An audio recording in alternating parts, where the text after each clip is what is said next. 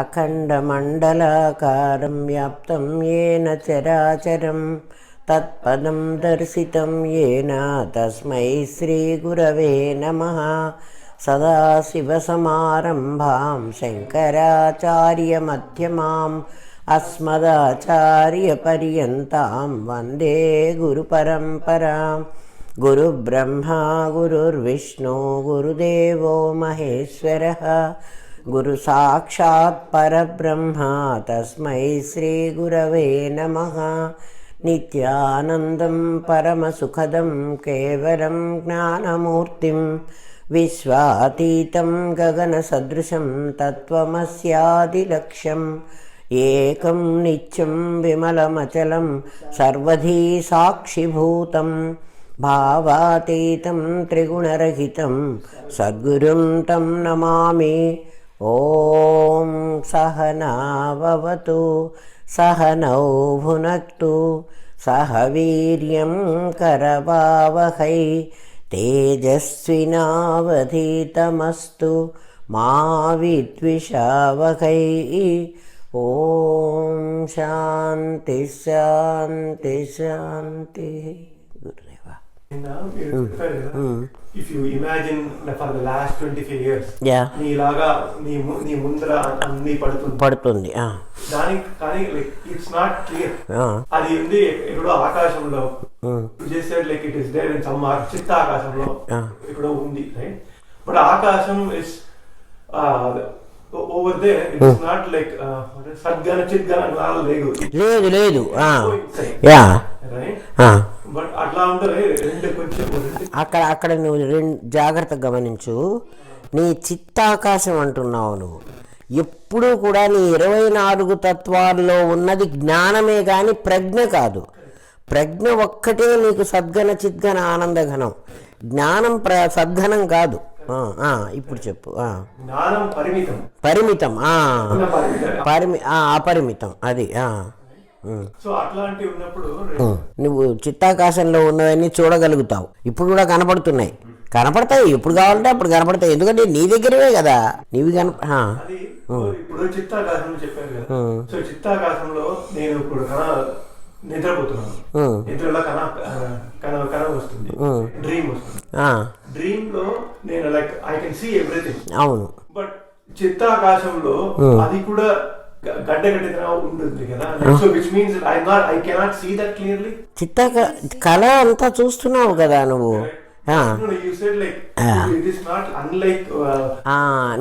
నీ క్వశ్చన్ నాకు అర్థమైంది. ఇప్పుడు చెప్తా.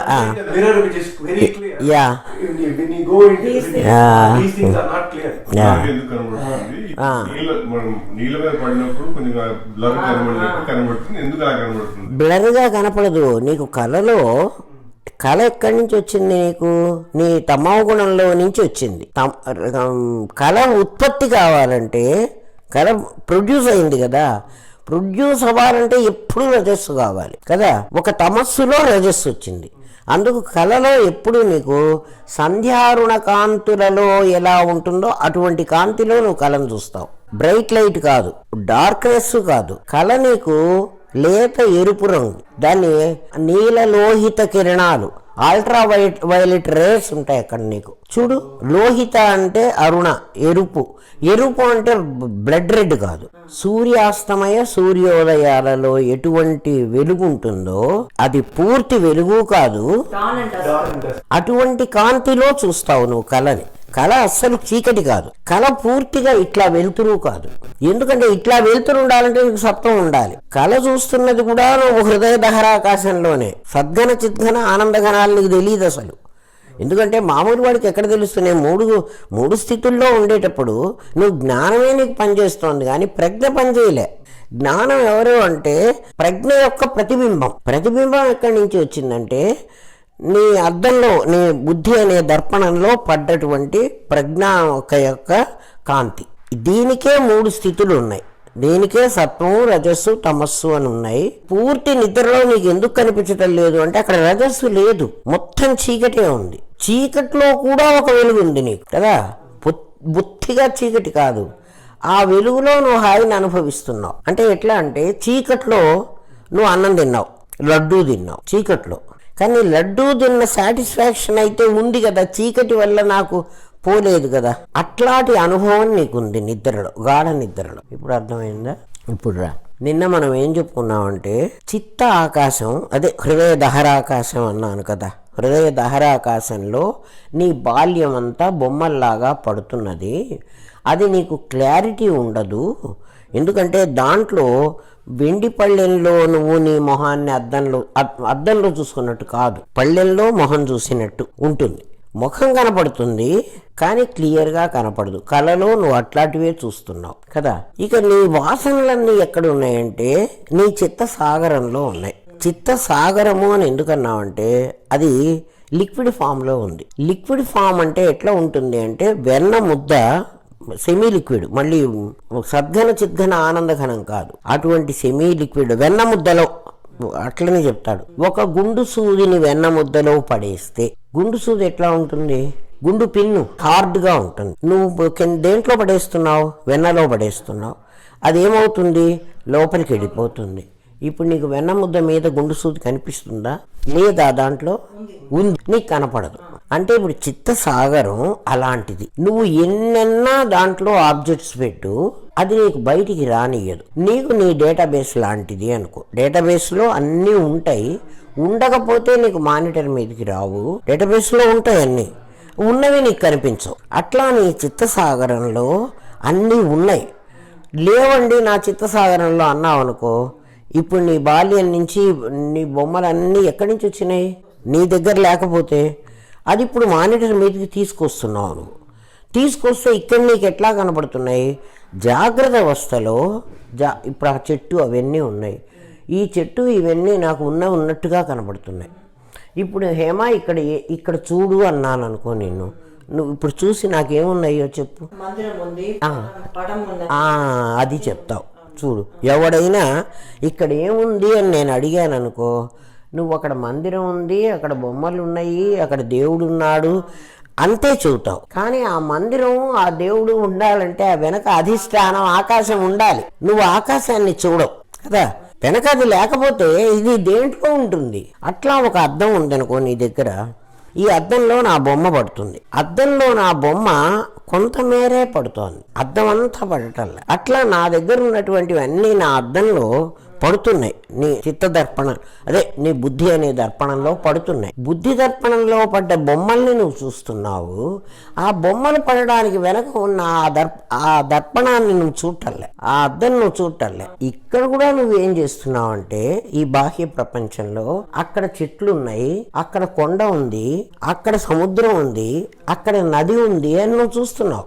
నది, కొండ, సముద్రము అన్నీ ఉండాలంటే అది అక్కడ ఏదో ఉండాలి అధిష్టానంగా, లేకపోతే అవన్నీ ఉండవు. కాబట్టి అవన్నీ నువ్వు చూస్తున్నావు. అది చూస్తున్నానన్న స్ఫురణ లేకుండా ఇది మాత్రమే చూస్తున్నావు. అట్లా నీ హృదయ దర్పణంలో, నీ బుద్ధి దర్పణంలో, దర్పణమే లేకపోతే పడడు. ఆ దర్పణంలో నీ భార్య బొమ్మ పడింది, నీ కొడుకు బొమ్మ పడింది, నీ ఆస్తి బొమ్మ పడింది. అవి మాత్రం చూసి అవి నావి అంటున్నావు. అవి నీవి అని ఎందుకు అనుకున్నావు నువ్వు అంటే నీ అద్దంలో పడ్డాయి కాబట్టి నీవి, అంతే కదా. నీ అద్దంలో పడ్డాయి. నీ అద్దంలో పడక నువ్వు పెళ్లి చేసుకోలే. ఆ అమ్మాయి ఎవరు? ఒక 4 అమ్మాయిలను చూసావు. అమెరికా నుంచి పోతూ నీకు 4 అమ్మాయిలను అక్కడ పెట్టారు మీ వాళ్ళు. ఈ 4 చూసి ఒకళ్ళని సెలెక్ట్ చేసుకోమని.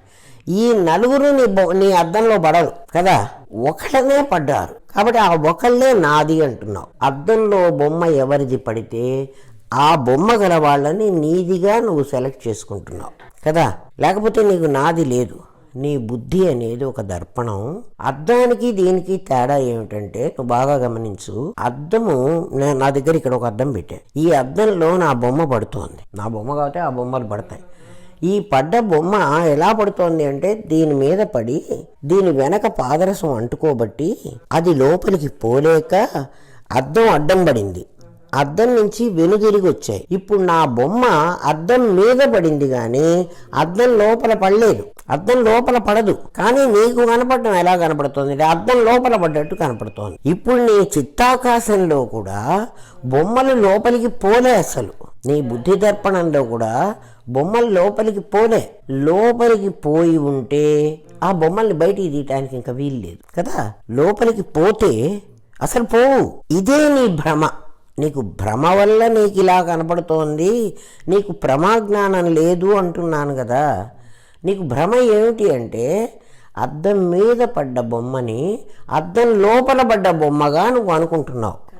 అలాగే నీ మనోదర్పణం మీద, బుద్ధి దర్పణం, మనస్సన్నా బుద్ధన్నా చిత్తమన్నా అహంకారం అన్నా అన్నీ కలిసి సూక్ష్మ శరీరం ఒకటే. ఏ ఏ పనులు చేసేటప్పుడు వాళ్ళు ఆ పేరుతో పిలువబడతారు. చిత్తసాగరంలో దాచుకుంటున్నప్పుడు అది చిత్తసాగరం కదా. తదాకార వృత్తి పొందినప్పుడు అది బుద్ధి, లేకపోతే కాదు. ఇప్పుడు నువ్వు అంటున్నావు నీ లోపల అద్దంలో బొమ్మ, అద్దంలో పడలే, అసలు అద్దం మీద పడింది. అద్దం మీద పడ్డదాన్ని నువ్వు అద్దంలో పడ్డట్టుగా లెక్కేసుకొని అది నా భార్య, వాళ్ళు నా పిల్లలు, అది నా ఆస్తి, దాన్ని నేను ఎలా పోగొట్టుకోవాలి? అద్దం మీద పడ్డ బొమ్మను తీసేయటానికి నీకు ఎంత కష్టం ఉంది కదా.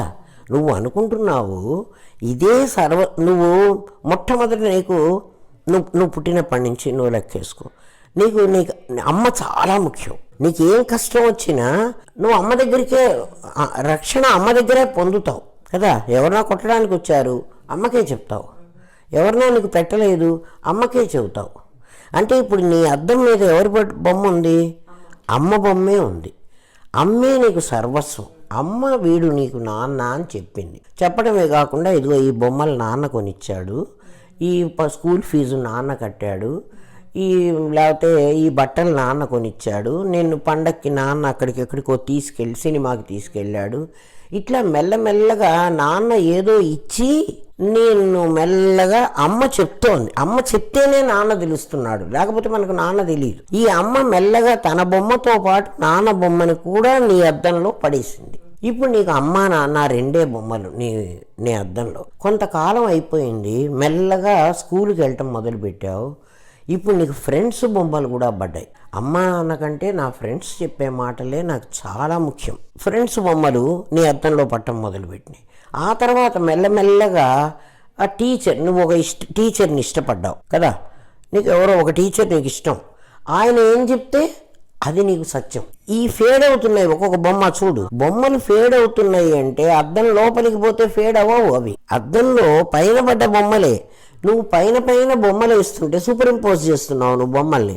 అప్పుడు ఆ వెనక ఉన్న బొమ్మలు మెల్లమెల్లగా ఫేడ్ అయిపోతున్నాయి. ఇప్పుడు నువ్వు పెళ్ళి అని చేసుకొచ్చి నీ పెళ్ళామో నీ మొగుడో నువ్వు ఆ బొమ్మను వేసావు దాని మీద. ఇప్పుడు టీచర్ వెళ్ళిపోయింది, అమ్మ నాన్న ముందే వెళ్ళిపోయిన, వాడు ముందే ఫేడ్ అయిపోయినారు. సహజం నాయన, ఇది నువ్వు చేసింది నేను చేసింది కాదు. మెల్లగా నేను మా ఆయన మా ఇద్దరు బొమ్మలే మా హాల్లో ఫోటోలో మీ ఇద్దరివే బొమ్మ ఉంటే అమ్మా నాన్న పక్కన పడి ఉంటారు, లేకపోతే వాళ్ళు కూడా లేరు.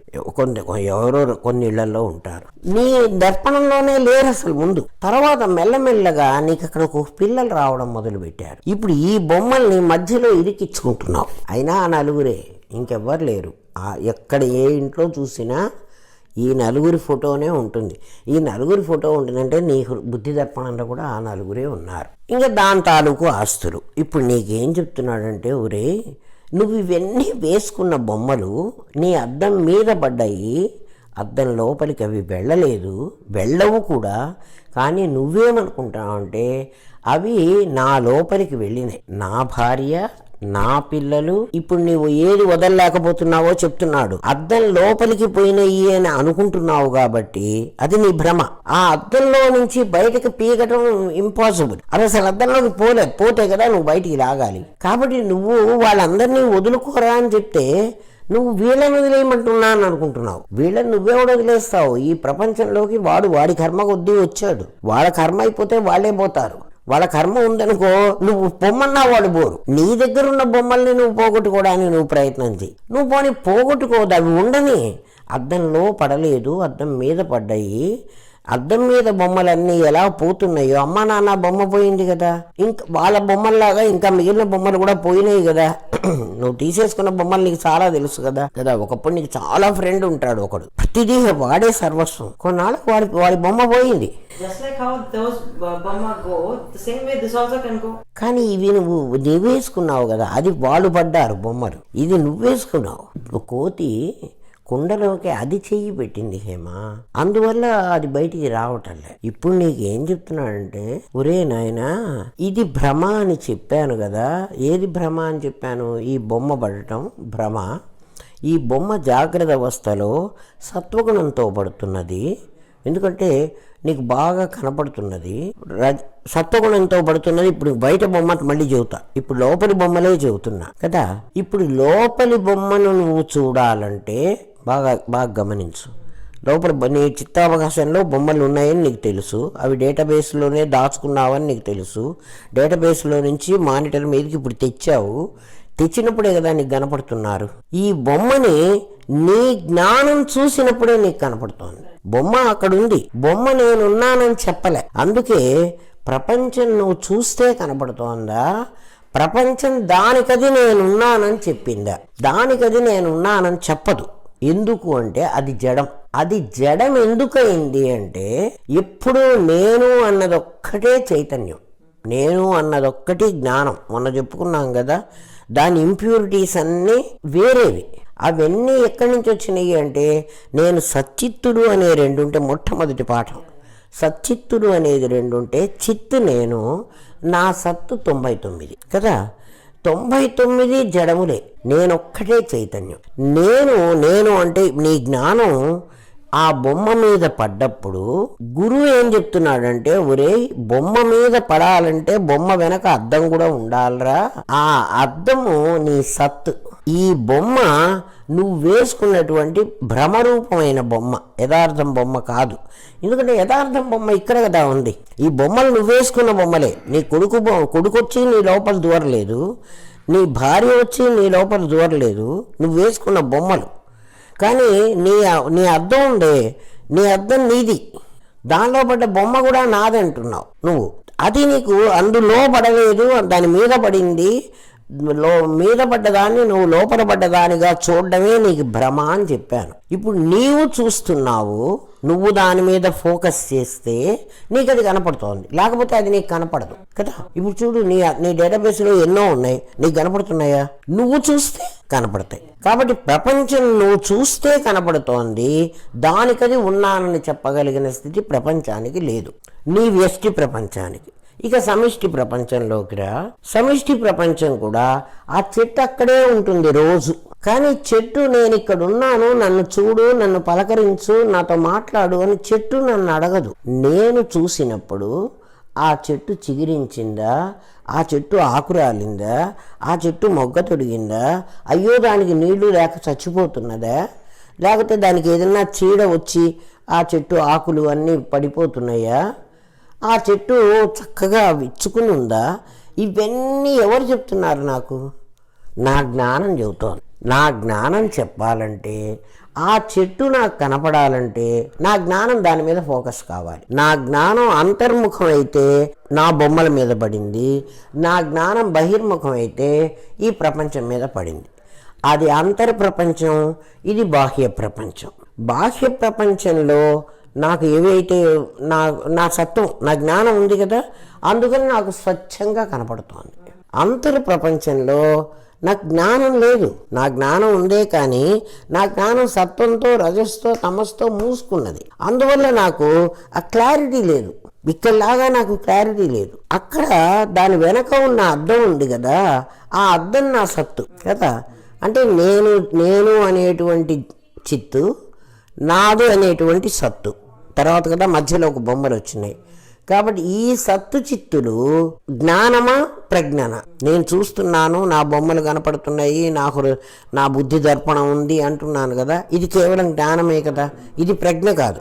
జ్ఞానం ఎప్పుడైతే ఉందో అది ఎప్పుడూ ఆభాసం అని అనుకోవాలి. ఎందుకంటే ప్రజ్ఞానమే బ్రహ్మ అని చెప్పింది కానీ పరమాత్మ జ్ఞానం బ్రహ్మ అని వేదం చెప్పలే. నీకు వేదం ప్రమాణం కదా. వేదం ఏం చెప్పింది? ప్రజ్ఞానం బ్రహ్మ అంది. నీకు ఇక్కడ ఏం తెలుస్తోంది? జ్ఞానం తెలుస్తోంది.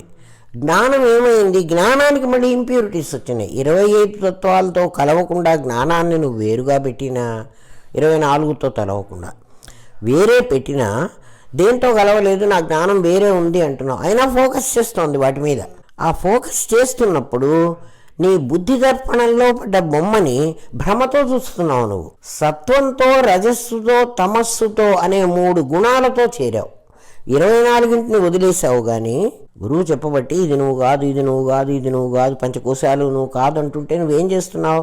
అవును 24 ఇంప్యూరిటీస్ ఉన్నాయి నాకు అని ఒప్పుకున్నావు. మొన్ననే ఒప్పుకుని 24 ఇంప్యూరిటీస్లోనే తీసేసి నేను జ్ఞానాన్ని అని నువ్వే అనుకుంటున్నావు. అనుకోని కదా నువ్వు నిన్న చిత్తసాగరంలో ఉన్న బొమ్మల్ని చూసావు, నీ హృదయ దర్పణంలో ఉన్న వాటిని చూసావు. అందులో సాగరంలో ఉన్నవేమో నీళ్ళలో పడ్డ బొమ్మల్లాగా కనపడ్డాయి. నీకు కనపడలే, ఉన్నాయి. వాటిని అన్నిటినీ నేను వాసనలు అన్నా. ఈ బయటకు వచ్చినయే వీటిని అన్నిటినీ నేను వృత్తులు అన్నా. ఈ పేర్లు ఇట్లనే గుర్తుపెట్టుకోవాలి, లేకపోతే మీకు అవి రావు. అవి వాసనలు, ఇవి వృత్తులు. వాసనలో లేకపోతే వృత్తి రాదు. ఇప్పుడు నీకు వృత్తి వాసన అర్థమయ్యేట్టు చెప్తా చూడు. ఒక మనిషి ఎవరో ఇప్పుడు మన ఇంటికి వచ్చాడు గబుక్కున. ఈ మనిషిని చూడగానే వీడింటికి వెళితే నాకు కాఫీ కూడా ఇవ్వలే, వాడింటికి వెళితే నన్ను కూర్చోమని అనలే, కాఫీ ఇవ్వలే. ఎవరు చెబుతున్నారు? నీ లోపల ఎవడో చెబుతున్నాడు, ఎవడో మాట్లాడుతున్నాడు కదా. మాట్లాడుతున్నాడు అన్న వాడి మాటని నువ్వు వింటున్నావు అంటే ఇప్పుడు నువ్వు జ్ఞానానివి, నీకు తెలుస్తున్నది. అది సంకల్పం. ఆ మనస్సు మాట్లాడుతోంది. వాడి ఇంటికి వెళితే కాఫీ ఇవ్వలే, ఆ కాఫీ ఇవ్వలేదు, వాడి ఇంటికి నువ్వు వెళ్ళావు అన్న సీన్ ఇప్పుడు నీకు కనపడింది. ఆ సీన్ ఎక్కడుంది? నీ డేటాబేస్లో ఉంది. అది నీ వాసన. ఆ వాసనకి ఇప్పుడు వృత్తి వాసన ఇప్పుడు నీకు కనిపించింది. ఎందుకంటే వాడి ఇంటికి నువ్వు వెళ్ళటము, వాడు నిన్ను పలకరించకుండా ఉండడము, నిన్ను కూర్చోమని కూడా చెప్పలేదు. ఇప్పుడు వాడికి ఏదో అవసరం ఉంది, నీ దగ్గరికి వచ్చాడు. ఈ మాట నీ డేటాబేస్లో నుంచి బయటకు వచ్చింది. అంటే ఇప్పుడు వాసన బయటకు వచ్చింది. వాసన బయటకు వస్తోందా రావట్లేదా అని నువ్వు గ్రహించు. రాగానే ఇప్పుడు బుద్ధి ఏం చేస్తుందంటే వాడికి నువ్వు కాఫీ ఇవ్వవాకు, వాడిని కూర్చోమని చెప్పవాకు. టిట్ ఫర్ టాట్ అంతే. అరే హేమా ఇవన్నీ మనకు తెలీదా అంటలేదా? బుద్ధికి విజ్ఞానం కూడా ఉంది. ఎందుకు అట్లా అంటావు? వాడి బుద్ధి వాడికి అట్లా ఉంటే ఉందిలే, మనం అట్లా అనొద్దు. ఈ రెండూ నీకు అంటోంది. ఈ రెండు అంటున్నది ఎవరు అంటే నీ బుద్ధి. నీ బుద్ధిని గ్రహిస్తున్నది ఎవరు అంటే నీ జ్ఞానం. బుద్ధి జడం కదండి, అది ఎలా అంటుంది అంటే ఆ క్షణంలో నీ జ్ఞానం దాంట్లో చేరింది. క్షణాల మీద అది జ్ఞానాన్ని తీసుకునే మాట్లాడుతోంది. కాసేపు వాళ్ళిద్దరు కొట్లాడుకుంటారు. ఎవరిద్దరు? దాన్ని సంకల్పం, వికల్పం. వాణ్ణి కూర్చోమనద్దు అని ఒకటి చెబుతోంది, టిట్ ఫర్ టాట్, నువ్వు అట్లా ఉండాలి, అనవసరంగా మనమేం విడిగా అక్కర్లేదు.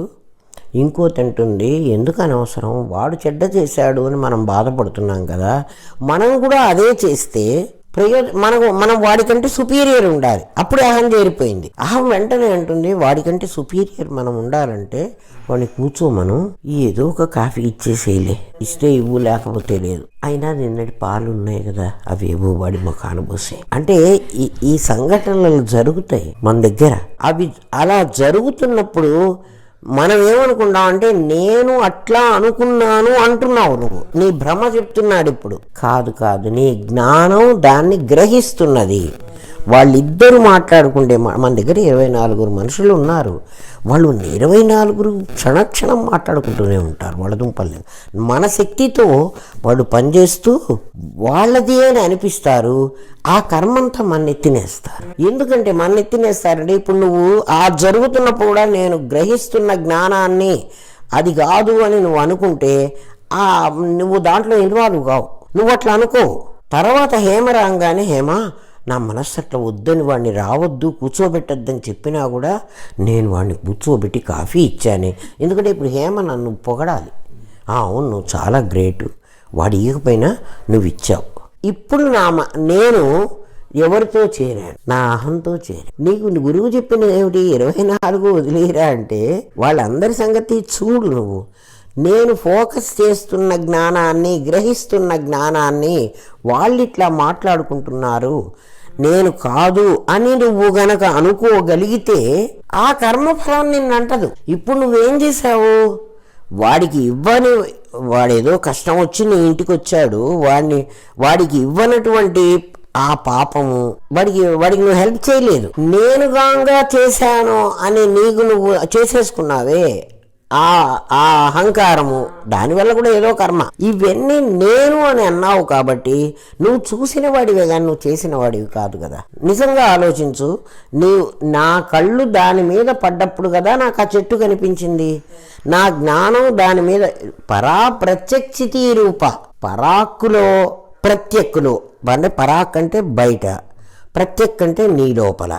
నీకు రెండు ప్రపంచాలు ఉన్నాయి, లోపలి ప్రపంచం, అంతర్ ప్రపంచం, బాహ్య ప్రపంచం. నీ రెండిటికి మధ్య ఏముందంటే నీ స్కిన్నే అడ్డం. నీ చర్మం పరిమితం హేమ. నీ చర్మం లోపల ఉన్నవన్నీ నీ అంతర్ ప్రపంచం, నీ చర్మం బయట ఉన్నదంతా నీ బాహ్య ప్రపంచం. అది మొట్టమొదటి పాఠంలో చెప్పాం. ఈ లోపలిది 25%, 24 ప్లస్ నీవు ఇందులో ఉన్న నీవు, పరిమితమైన నీవు. అది 25%, అది 75%. అది ఈశ్వరుడు. ఈశ్వరుడు ఎక్కడా లేడు, వాడే. ఇది నీ ఆకాశం ఉంది, నీ హృదయ దహరాకాశం. వాడి ఆకాశంలో అది జగత్తు, ఇది జీవుడు. ఆ జగత్తులో కూడా చెట్లు, చామలు, కొండలు, గుహలు, కోట్లు, నరుదులు, పర్వతాలు ఉన్నాయంటున్నావు కదా. నువ్వు చూసి అక్కడ దేవుడు మందిరం ఉంది అన్నావు, వెనకున్న ఖాళీ స్థలం గుర్తించకుండా. ఆ వెనక ఖాళీ లేకపోతే అది దేంట్లో ఉంటుంది? ఆ వెనక ఉన్న ఖాళీ ప్లస్ ఈ ఇద్దరు కలిసి ఈశ్వరుడు, వీడు జీవుడు. గీత ఏం చెప్పింది? ద్వావిభౌ పురుషవులోకే క్షరశ్చ అక్షరయవచ. ఇద్దరు పురుషులు ఉన్నారు, ఒకడు నీవు. ఇప్పుడు నువ్వేం పురుషుడివి? జీవుడివి. ఒకడు వాడి పేరు ఈశ్వరుడు. వాడెవడు? వాడు ఇప్పుడు ఏడి? నీకు కనపడుతున్నాడా? కనపడుతున్నాడు కదా. బయట ఇప్పుడు నీ లోపల ఎట్లా నీకు చిత్తాకాశం ఉందో ఈ బయట బాహ్యాకాశం ఉంది కదా, భూతాకాశం అంటా దాన్ని. భూతాకాశం ఉండకపోతే ఆ భూతాకాశంలో కొండ ఎట్లా ఉంటుంది? నీ చిత్తాకాశంలో కూడా కొండ ఉంది, నీ చిత్తాకాశంలో కూడా నయగరా ఉంది, భూతాకాశంలో ఉంది, నీ చిత్తాకాశంలో ఉంది. అందుకే జీవేశ్వరులు ఇద్దరు ఒకడే. వీడు క్షరుడు, వాడు అక్షరుడు అని ఎందుకన్నారంటే, వాడెవడు 75% గాడు. వీడిని అక్షరుడు అని ఎందుకన్నామంటే వీడు 100 ఏళ్ల పరిమితితో పోతాడు, వాడు బోడు, వాడు అలాగే ఉంటాడు. అంటే మా తాత ఉన్నప్పుడు వాడు అట్లాగే ఉన్నాడు, నేనున్నప్పుడు, మా నాన్న ఉన్నప్పుడు వాడు ఉన్నాడు, నేనున్నప్పుడు వాడు ఉన్నాడు, నా కొడుకున్నప్పుడు, నా మనవడు ఉన్నప్పుడు, నా మునిమనవుడున్నా వీడు ఉంటాడు. ఎప్పటి వరకు ఉంటాడు అంటే నీవెట్లా అయితే నీకు 100 years నీ పరిమితి పెట్టానో అట్లా వాడికి కూడా బ్రహ్మ ప్రళయం వరకు పరిమితం పెట్టా. నువ్వు ఎట్లాగైతే పోతావో వాడు కూడా అట్లా పోయేవాడే. అయితే నువ్వు తొందరగా పోతావు, వాడు ఇంకాస్త లేటుగా పోతాడు. నువ్వేం చేస్తున్నావు అంటే వాడిని అడుక్కుంటున్నావు. నేను కించిజ్ఞుణ్ణి, నువ్వు సర్వజ్ఞుడివి. ఎందుకు సర్వజ్ఞుడు? నువ్వు 25 అయితే వాడు 75 ఉన్నాడు, అందుకని వాడు సర్వజ్ఞుడు. మీ ఇద్దరు పురుషులేరా, ఒకడు క్షరుడు, ఒకడు అక్షరుడు, ఇద్దరు పొయ్యేవాళ్ళేను. నీవు నీ దగ్గర ఎలా దాచుకుంటున్నావో ఇక్కడ నీ చిత్తసాగరంలో, వాడు కూడా నువ్వు శబ్దం ఇస్తున్నావు, నువ్వు ఆలోచిస్తున్నావు, నువ్వు ఇమాజినేషన్ చేస్తున్నావు, ఊహిస్తున్నావు, ఊహా చిత్రాలన్నీ తయారవుతున్నాయి. అవన్నీ వాడి దగ్గర వదిలిపెడుతున్నావు. ఎట్లా వాడి దగ్గర నేను వదిలిపెట్టాను అంటే, ఇప్పుడు నేను లోపల పెట్టుకున్నాను, నా బొమ్మలన్నీ నా లోపల ఉన్నాయి, నా డేటాబేస్లో చాలా బొమ్మలు ఉన్నాయి. ఏది పెట్టుకుని నా లోపల ఉన్నాయని నేను అంటున్నాను. ఇంకా డెప్త్కి వెళ్తున్నాం పాఠం, అందుకని మీరు ఇంకాస్త ఎక్కువ ఆలోచించి ఉండాలి. ఏది ఆధారంగా చేసుకుని నా లోపల బొమ్మలు ఉన్నాయంటున్నాను? నాకు ఈశ్వరుడికి మధ్య స్కిన్నే కదా అడ్డం. ఆ స్కిన్కి లోపల ఒక కండగాలు, ఆ లోపల రక్తం, ఆ లోపల ఎముకలు, ఆ లోపల కీళ్ళు ఏవో ఉన్నాయి. నాకు నేను చచ్చిపోయినా, ఇవన్నీ తగలబెట్టేశారు. ఇప్పుడు నా దగ్గర ఉన్న ఇంప్రెషన్స్ అన్నీ ఏమైనాయి? నువ్వు అనుభవించి చెప్పమంటున్నా. ఇప్పుడు ఇందా నుంచి నీ చెప్తుంది డెప్త్కు పోతున్నావు, నువ్వు అనుభవించు అంటున్నా. ఇప్పుడు నీ లోపల బొమ్మలు ఉన్నాయి. ఎప్పుడు కూడా ప్రబోధ సమయంలోనే నువ్వు అందులో ఇన్వాల్వ్ అవ్వాలి. నీ దగ్గర బొమ్మలు ఉన్నాయి, ఇంప్రెషన్స్ ఉన్నాయి, లేవంటానికి నువ్వు వీల్లేదు కదా. అవి నీ చిత్తసాగరంలో ఉన్నాయి, నీ హృదయ దహరాకాశంలో ఉన్నాయి, నీ దహరాకాశంలో ఉన్నాయి, నీ చిత్తసాగరంలో ఉన్నాయి. అంటే చిత్తసాగరంలో ఉన్న వాటిని వాసనలు అన్నాను, నీ దగ్గరకు వచ్చిన వాటిని వృత్తులు అన్నాను. వృత్తి అని ఎందుకన్నారంటే, నీ బుద్ధి ఏ వాసన అయితే నువ్వు బయటికి పీకావో నీ జ్ఞానం చూస్తోంది.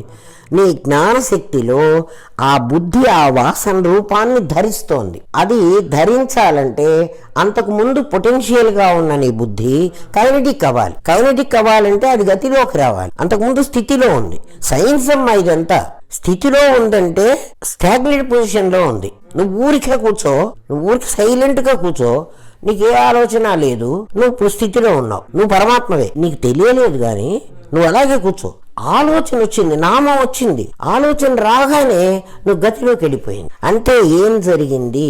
చూస్తున్న నీ జ్ఞానం మారలే, ఆ వస్తువు మారుతోంది, దృశ్యం మారుతోంది, ద్రష్టమైన నువ్వు మారటల్లా. బాగా ఆలోచించు బాలాజీ. అంటే ఎలా మారింది అంటే బుద్ధి ఏ వస్తువును చూస్తే ఇప్పుడు ఈ ఫోన్ చూపించా నీకు, ఇమ్మీడియట్గా నీ బుద్ధి ఈ ఆకారం పొందింది. నీ బుద్ధి పొందిందని నీకు గ్రహించేది నీ జ్ఞానం. జ్ఞానం ఆకారం పొందలే, అది గ్రహించాలి మీరు. నీ బుద్ధి ఈ ఆకారం పొందింది. బుద్ధి పొందింది అంటే బుద్ధికి గతి ఉంది అని నువ్వు అర్థం చేసుకో. అంటే అది ఎట్లా కావాలంటే అట్లా మారగలదు. ఇది మళ్ళీ మళ్ళీ అవుతుంది. ఇది దేన్ని ఆధారంగా తీసుకుని వెళ్ళింది?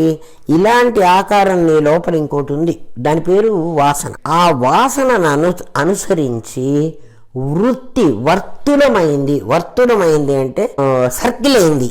ఒక డాట్ సర్కిల్ అయింది అంటే అర్థం ఏంటి? ఒక డాటే కదా. నేను ఇక్కడ డాట్ని కంపస్ పెట్టి తీసుకున్నాను, ఇప్పుడు ఇక్కడ ఒక డాట్ పెట్టా, ఇది డాటే, ఇది డాట్. ఈ డాట్ని ఊరుకోకుండా దీన్ని ఇట్లా అన్నా, ఇప్పుడు ఇదేమైంది? డాటు ఏమైంది?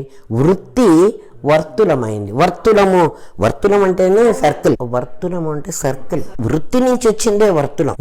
నీ చుక్క, ఈ చుక్క ఒకటే, ఈ చుక్క ఒకటే, అన్ని చుక్కలే అక్కడ ఉంది నీకు. అవన్నీ సర్కిల్ అయింది. సర్కిల్ అయింది అంటే ఏదన్నా సరే సర్కిల్ అయితే వర్తులమైంది అంటే అది కదిలింది. ఇప్పుడు కదలాలంటే గతి రావాలి. ఇది స్థితి కాస్త గతి అయింది. గతి అయ్యేటప్పటికి నీకు ఆకారం వచ్చింది. ఇప్పుడు నీ దగ్గర ఉన్నటువంటి బొమ్మలన్నీ ఎట్లా వచ్చినాయి అంటే అట్లా వాసనలు వృత్తులైనాయి. నీకు అర్థమైందా? వాసనలు వృత్తులైనాయి. నీ శరీరం పరిమితమైంది. అంటే నీ హృదయ దహరాకాశం వితిన్ ఫ్రేమ్లో ఉంది. అది బయటిదన్నావు, ఇది లోపలిదన్నావు. అంటే నీ చర్మమే అడ్డుందన్నావు, అందుకని లోపలిదన్నావు. ఒక రోజున నేను చచ్చిపోయినా, నా దగ్గర ఉన్న వాసనలు వృత్తులు చావలే, అవి అట్లాగే ఉన్నాయి. అవి ఏమైతాయి? ఇప్పుడు ఇది చచ్చిపోతే ఇది అందులో ఉంటుంది, అంతే కదమ్మా. అది ఎక్కడికో పోవడానికి లేదు. నా వాసనలన్నీ నేను ఇట్లా కుండ పెట్టుకున్నాను హేమా. నీకు కుండ అర్థం చేస్తా చూడు. ఒక కుమ్మరివాడు ఇంత మట్టి తీసుకొచ్చి ఒక కుండ తయారు చేస్తాడు. కుండ కాకముందు మట్టి ముద్ద. నేను కుండ తయారు చేస్తున్నా. కుండ తయారు చేయాలంటే వర్తులం కావాలి, ఆకారం రావాలంటే తిరగాలి కదా. తిరగాలంటే మట్టి ఆకారం పొందింది, అది కూజ ఆకారం కావచ్చు. వర్తులం అంటే గతిలోకి వచ్చింది. గతి లేకపోతే నీకు మూకుడు చట్టి ముంత ఏం రావు. అది అలా వచ్చింది. అది వచ్చేటప్పటికి ఆ కుండ లోపలి ఆకాశం, కుండ బయటి ఆకాశం అంటున్నావు నువ్వు. మధ్యలో నాకు కుండ అడ్డం ఉంది కదా. కుండ బయటి ఆకాశం, కుండ లోపలి ఆకాశం, రెండు ఆకాశాలు వచ్చినాయి నాకు. అంటే ఆకాశం రెండుగా విభజించిందా? అది అధ్యాత్మ రామాయణంలో ఇది చెప్తాడు. ఆకాశము ద్వివిధం బైనట్టు చిదాకాశ ద్వివిధమాయే. ఆకాశం రెండైంది అంటున్నావు కానీ రెండు కాలే, రెండైనట్లుగా కనపడుతున్నది. కుండలో ఆకాశము, బయటి ఆకాశం. అట్లా నీకు హృదయ దహరాకాశము అబాడు జీవుడు, వీడి ఈశ్వరుడు. ఇప్పుడు అర్థమైందా? ఇప్పుడు నీ బొమ్మలు ఉన్నాయి కదా, ఆ బొమ్మలు రావడానికి మా గురువుగారు మాకు ఎలా చెప్పారంటే ఆ బొమ్మలు ఎక్కడికి పోవటం లేదు, అక్కడే ఉంటున్నాయి అని అంటానికి. ఎవరో చచ్చిపోయినట్టు ఒక కార్డు వచ్చింది ఆ రోజు, మీకు చెప్పా ఈ సంగతి. ఒక కార్డులో వాళ్ళు ఎవరో చచ్చిపోయినారు. ఆ కార్డు పోస్ట్ మ్యాన్ తెచ్చిచ్చాడు. ఇప్పుడు మాకు వాసనలన్నీ పోవటం లేదు, శరీరం చచ్చిపోయినా అని ఆయన చెప్పాలి పాఠం ఆ రోజు. ఆ కార్డు తీసుకొచ్చి, చచ్చిపోయిన కార్డు ఉంచకూడదు కదా, వెంటనే అమ్మ అగ్గిపుల్ల తీసుకురా అన్నారు. ఈ టేబుల్ మీదే పెట్టి ఆ పేపర్ని అంటించారు గురువుగారు. అది కాలింది. ఆ కార్డు అంతా ఇట్లా కాలిపోయింది. దానిలో అక్షరాలన్నీ అలాగే ఉన్నాయి. ఇప్పుడు ఆ అక్షరాలన్నీ మనలో ఉన్న ఆ వాసనలు అలాగే ఉన్నాయి. నువ్వు కదల్చకుండా అట్లాగే ఉంచాం. మొత్తం అదే తీయడానికి పనికిరాదు, తీస్తే బూడిదైపోతుంది. ఇప్పుడు ఆ అక్షరాలన్నీ ఉన్నాయా లేవా అన్నారు. ఉన్నాయి. అందులో ఉంటే అది కారిపోతే ఆ అక్షరాలు ఎక్కడికి పోవాలి? ఈ ప్రపంచంలోకి పోవాలి కదా. నీ వృత్తులు, నీ వాసనలు అన్నీ ఈ శరీరాలు పోతే అన్నీ ఈశ్వరుడి దగ్గర అక్కడ ఉంటున్నాయి. ఇది నీకు తెలియక ఈశ్వరుడు నాకు కర్మ ఇచ్చాడంటున్నావు. అక్కడ ఉన్న వాటినే నువ్వు తిరిగి మళ్ళీ జన్మకు పొందాలి. అప్పుడు పొందేటప్పుడు నాకు ఈ జన్మే ఎందుకు కావాలనుకున్నాను, నీ వృత్తులు నీ వాసనలే నీకు కనపడుతున్నాయి చచ్చేటప్పుడు, వాటిల్లో నువ్వు సెలెక్ట్ చేసుకుంటున్నావు. ఇప్పుడు నేను మాట్లాడిన మాటలన్నీ ఎక్కడికి పోవటల్లా, నువ్వు టేప్ రికార్డర్ పెట్టుకుని దాంట్లోకి లాగుతుంటే అది దాటిపోలేక అక్కడ ఆగిపోతున్నాయి. మరి ఇక్కడ ఒక్కటే కాదు కదా, నా శబ్దం ఈ డైరెక్షన్లోనే కాదు, ఈ డైరెక్షన్లో కూడా పోయింది. ఇక్కడ ఎవడూ రిసీవ్ చేసుకునేవాడు లేడు, అందుకని దానికి అడ్డం లేదు. ఈ శబ్ద తరంగాలు, ఈ ధ్వని తరంగాలు ఆ రోదసి వరకు వెళ్ళిపోయాయి, అక్కడ ఆగినాయి. అంటే రోదసి దాటిపోవడానికి లేక అక్కడ ఆగినాయి. అంటే ఈశ్వరుడు దాచుకున్నాడు ఈ శబ్దాలన్నీ. అందుకే శబ్దం కానీ దృశ్యం కానీ నీకు ఏది కావాలన్నా నువ్వు ఆకాశంలో చూస్తావు కదా. చదువుకున్నవాడో చదువు రానివాడు పరీక్షల్లో అందరూ ఆ పని చేసిన వాళ్ళే కదా. అక్కడ ఎవరున్నారు మనకి చెప్పడానికి? అందరూ అన్నీ అక్కడ ఉన్నాయి. ఈశ్వరుడు ఇస్తున్నాడు అంటున్నావు. నీ కోరికలు తీర్చడానికి కూడా ఎవడు తీర్చడంలే, నీ కర్మఫలం నువ్వు ఇక్కడ దాచుకున్నావు. ఎందుకంటే ఈ 25 క్షరుడు కాబట్టి, వీడు దాచలేడు కాబట్టి వాడు ఇక్కడే దాచుకోవాలి. వాడెవడు దాచిపెట్టడానికి అప్పుడు మనిషి ఉన్నాడా? అక్కడ ఎవ్వడు లేడు. కానీ నువ్వు ఈ ఇల్లు పగలగొడితే, ఈ కుండ పగలగొట్టాను హేమ, కుండ పగలగొడితే కుండలో ఉన్న ఆకాశం ఘటాకాశం భూతాకాశం అయిపోయి, ఇది దాంట్లో కలవడానికి, అది దాన్ని విభాగం చేయటానికి నాకేమన్నా కష్టపడ్డానా? ఏం కష్టపడలే. నేనే పరిమితమైన ఈ గోడలు కట్టుకుని ఆ ఆకాశాన్ని ముక్కలాగా ఇక్కడ లోపల దాచుకున్నా. కొంత ఇది దాచుకోబట్టి ఇక్కడ చీకటి వచ్చింది, అక్కడ దాచుకోకపోబట్టి అక్కడ వెలుతురు వచ్చింది. అక్కడికి ఇక్కడికి తేడా ఏమిటంటే, తేడా నువ్వు బాగా గమనించు. అక్కడికి ఇక్కడికి తేడా ఏమిటంటే, అక్కడ ఈశ్వరుడు ఉన్నాడు, వాడి లోపల ప్రపంచం ఉంది. నువ్వు ఈ రెండు చూస్తున్నావుగా. ఇదివరకు అయితే నువ్వు ఒకటే చూసావు. ఇక్కడ నీ దగ్గర హృదయ దహరాకాశం ఉంది, నీ దగ్గర నీ బొమ్మలు ఉన్నాయి, నీ వృత్తులు ఉన్నాయి, వాసనలు వృత్తులు ఉన్నాయి. వృత్తి నీకు మానిటర్ మీదకి వచ్చింది, వాసన నీకు డేటాబేస్లో ఉన్నది. అట్లా అనుకుంటే నీకు బాగా గుర్తుంటుంది. ఉన్నాయి. ఇక్కడ ఈ ఈశ్వరుడి దగ్గర జ్ఞానం లేదు, నీకు జ్ఞానం ఉంది, వాడి దగ్గర జ్ఞానం లేదు. నువ్వు తెలియక వాడు నీకంటే సుపీరియర్ అని నువ్వు వాడిని అడుక్కుంటున్నావు, కానీ వాడికి సహజంగా జ్ఞానం లేదు. అందుకని వాడు ఏం చేస్తున్నాడంటే, సూర్యకాంతి పడితేనే వాడి మీద ఉన్న ప్రపంచం, వాడి మీద ప్రతిఫలిస్తోంది. నీ వృత్తులన్నీ నీ మీద ప్రతిఫలిస్తున్నాయి.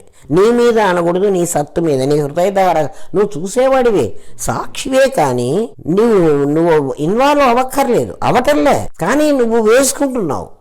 కూనీ నేను చేశాను నువ్వు అంటున్నావు, కానీ నిజంగా నువ్వు కూనీ చేయలే. నిజంగా వాడికి నువ్వు కాఫీ ఇవ్వటమో వాడిని కూర్చోబెట్టడమో కూర్చోవద్దంటమో నీ బుద్ధి చేసింది. బుద్ధి నీ శక్తి తీసుకుంది, చెయ్యలేదు, అది జడం కాబట్టి. ఏమ్మా, ఇప్పుడు నీ దగ్గర జ్ఞానం ఉంది, వాడి దగ్గర జ్ఞానం లేదు. ఎందుకంటే జ్ఞానం ఎప్పుడూ నీ దగ్గరే ఉంది.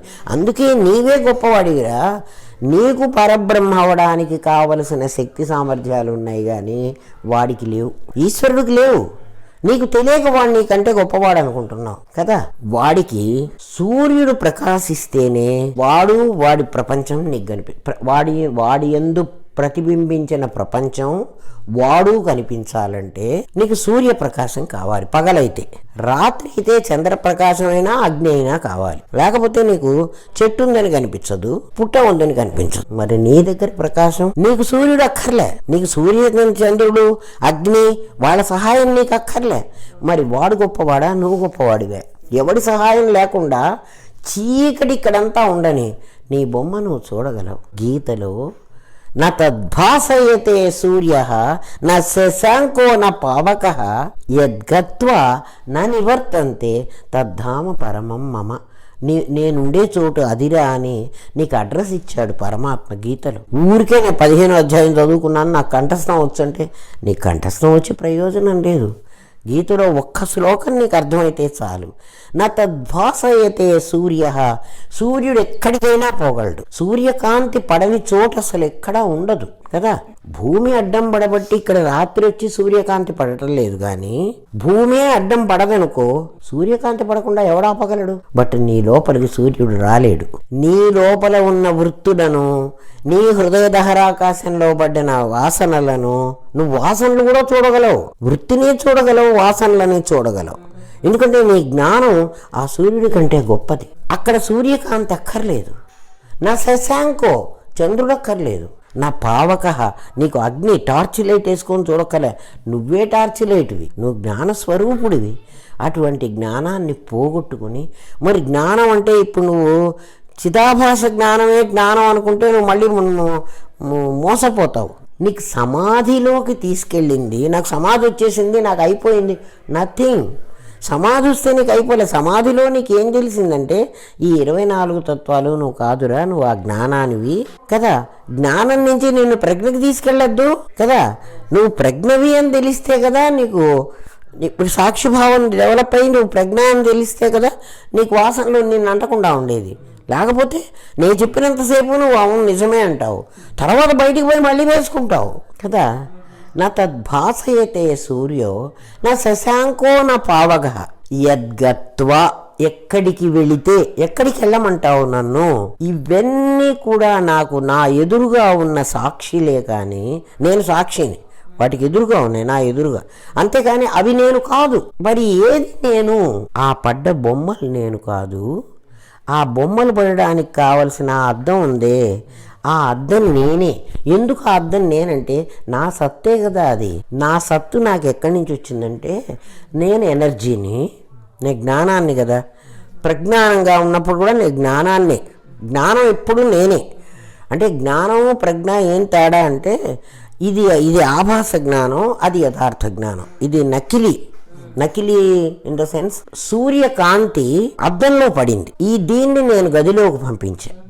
ఇప్పుడు సూర్యుడే గదిలో కనపడతాడు నాకు, అంత కాంతి ఉంటుంది. బట్ సూర్యుడిలో దాహక శక్తి ఉంది, వేడి ఉంది, వెలుతురు ఉంది. ఇందులో వెలుతురు ఒకటే ఉంది, వేడి లేదు. అర్థమైందా?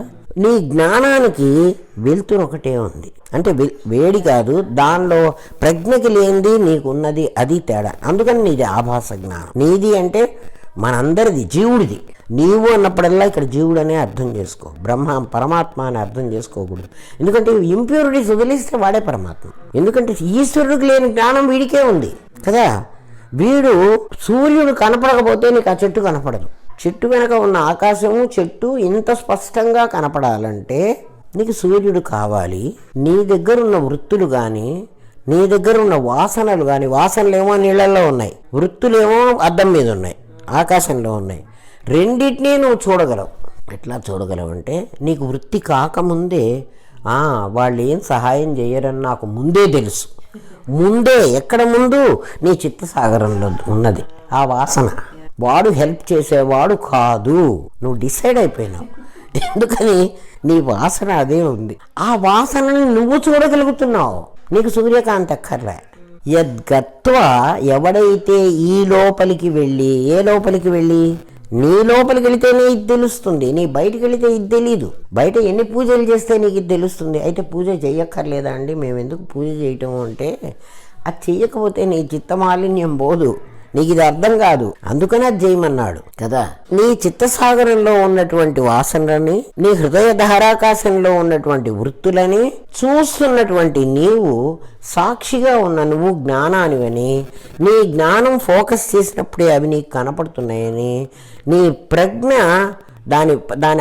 ఇది ఆభాసం, అది యథార్థం. ఏది? ఆ బింబం. ఆ బింబం ప్రతిబింబం. బింబం ఎక్కడుంది? ఇప్పుడు నీకు ఎక్కడో బింబం కూడా ఉండాలి కదా. ఎక్కడుంది? నేను నా 24 తత్వాలు వేసుకుని నా దగ్గర అద్దం పెట్టుకుంటే ఈ ప్రపంచమంతా వ్యాపించిన నా ప్రజ్ఞ ఇందులో పడింది. అది ఎక్కడ పడిందంటే ఇక్కడ పడింది. ఇదిగో బ్రహ్మరంధ్రం ఇది. ఈ రంధ్రంలో నుంచి ఆ పరమాత్మ యొక్క, ఆ ప్రజ్ఞాన ఘనం యొక్క ఒక్క కాంతి కిరణం నీ లోపల పడి, ప్రతి కిరణము ఒక సూర్యుడు. నీ దగ్గర అద్దం పెట్టుకున్నావు, వీడి దగ్గర అద్దం పెట్టుకున్నాడు, వీడి దగ్గర అద్దం పెట్టుకున్నాడు. అందరి అద్దంలో కూడా ఆ ప్రజ్ఞాన ఘనమైనటువంటి ఈశ్వరుడు కాదు, ఈశ్వరుడు పడడు, ఈశ్వరుడు జడం. ఆ ప్రజ్ఞాన ఘనం యొక్క ఆ కిరణం పడి నీ దగ్గర ఆభాస జ్ఞానం వచ్చింది. ఇప్పుడు పరమాత్మ ఎక్కడున్నాడు? మనలో ఉన్నవాడు ఇప్పుడు జ్ఞానమే కదా, ఆభాసే కదా. ఇది పగలగొట్టేసి ఆ కిరణం ఉంది కదా, ఆ కిరణం ఎక్కడుంటే అక్కడ ఉన్నట్టే కదా. ఒక కిరణం, ఒక సూర్యుడు సమస్త జీవులకు తాను ఒక్కొక్కడై తోచుపోలిక. ఒక్క సూర్యుడే ఉన్నాడు, అందరు జీవరాశులకి తాను ఒక్కొక్కడుగా కనిపిస్తున్నాడు. నిజంగా అన్ని సూర్యుళ్ళు లేరు. అట్లా నీ అద్దం పెట్టుకుంటే నీ అద్దంలో ఆ ప్రజ్ఞాన ఘనం యొక్క కాంతి కిరణం బడి నీకు జ్ఞానం వచ్చింది. వీడద్దంలో వీడికి జ్ఞానం వచ్చింది, వీడద్దంలో వీడికి జ్ఞానం వచ్చింది. ఇప్పుడు నువ్వు వీడు ఒకటేనా కాదా? ఎందుకంటే నీ కిరణము వాడి కిరణము ఒకటే, వాడికి పడ్డ జ్ఞానము నీకు పడ్డ జ్ఞానం ఒకటే. నువ్వేమడుగుతావంటే మరి వాడికి 100 మార్కులు వచ్చినాయి, నాకు 60 మార్కులే వచ్చినాయి కదా, వాడు నేను ఒకటంటున్నారేమిటి? కాంతి కిరణంలో దోషం లేదు, అది ఎవరెవరితో ఇంప్యూరిటీస్తో చేరుతున్న చూడు, అక్కడ నీకు తప్పు వచ్చింది. నీకు అర్థమైందా?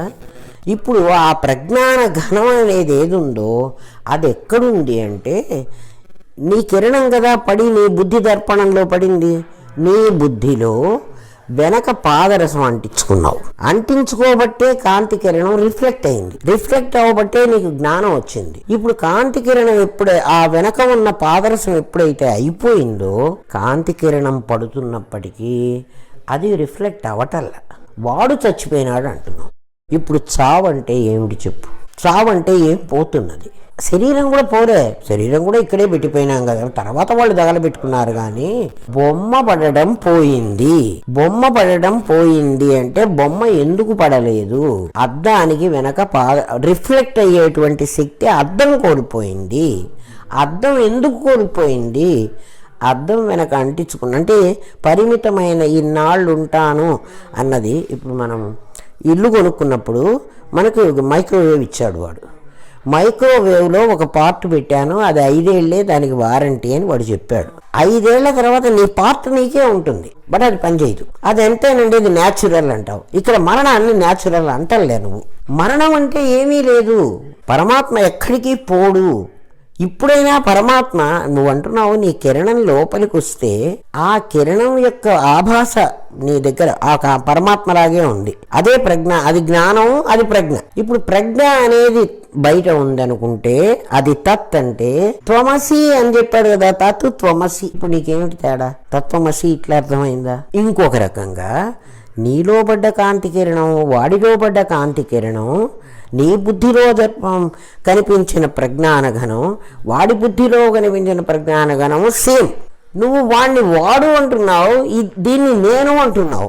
ఇప్పుడు వాడిలో ఏ నేనైతే ఈ మాట మాట్లాడుతోందో నీలో ఆ నేనే కదా ఉంది. ఆ నేను ఈ నేను అహమే కదా. నువ్వు ఎవరినైతే అహం అనుకుంటున్నావో వాడు వాడినే అహం అనుకుంటున్నాడు, వాడు వాడినే అహం అంటున్నాడు. అహం బ్రహ్మ అస్మి అంటంలో నీకు దోషమేముంది? నీవు బ్రహ్మవే. బ్రహ్మ అంటే ఏమిటి? పరబ్రహ్మ. పరబ్రహ్మ అంటే ఎవరు? ప్రజ్ఞాన ఘనం.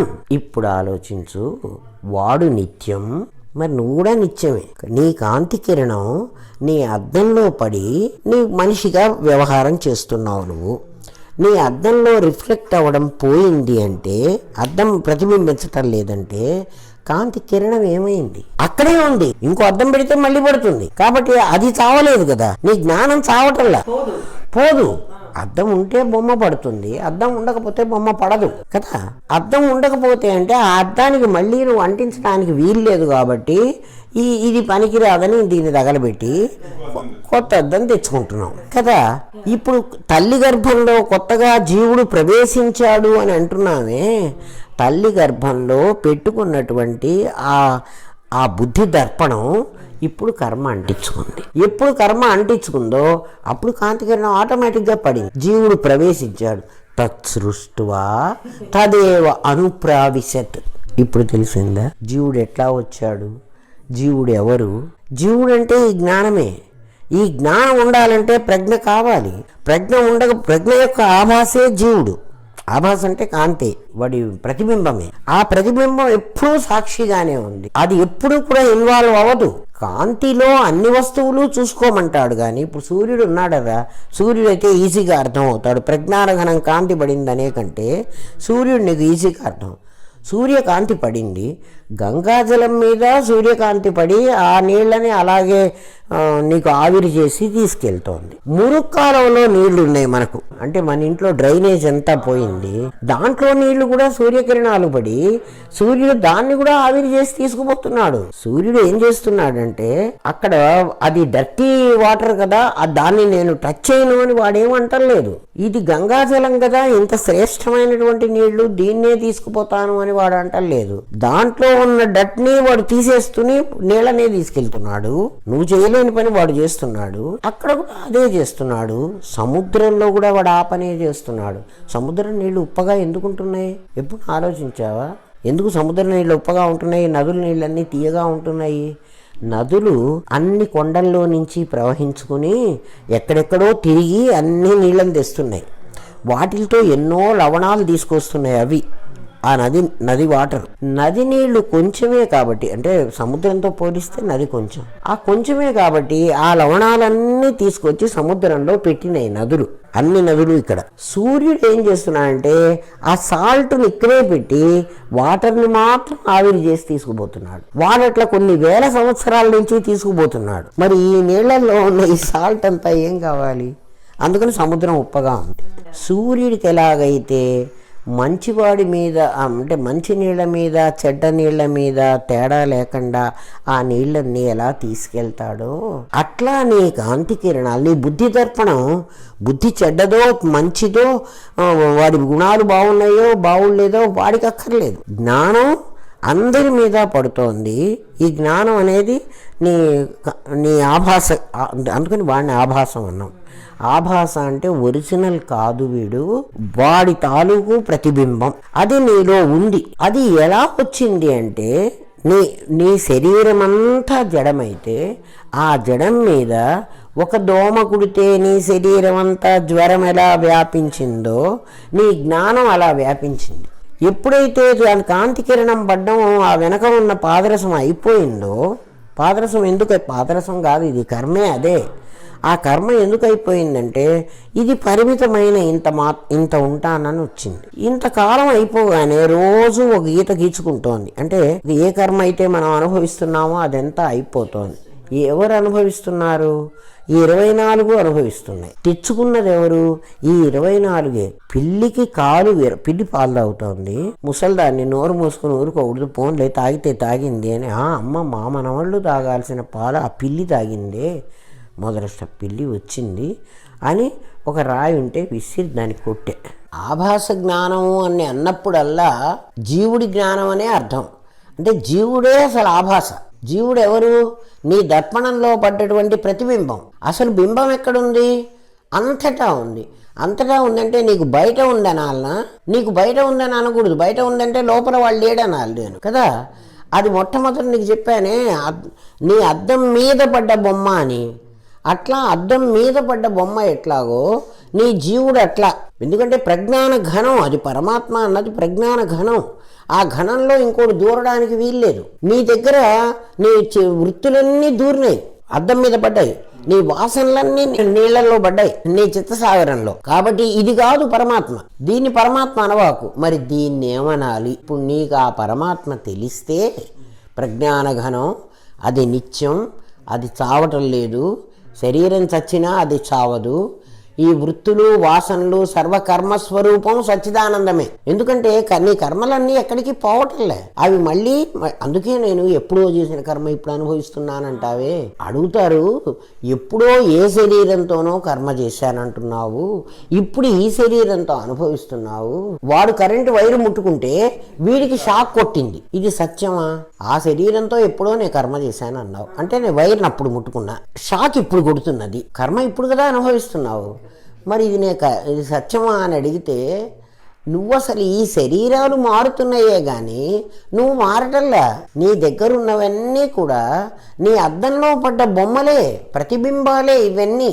అవన్నీ ప్రతిబింబాలే అయినప్పుడు పరమాత్మలో ఇంకోటి చేరడానికి వీల్లేదు. పరమాత్మలో చేరదు ఏది, అద్దంలో చేరదు.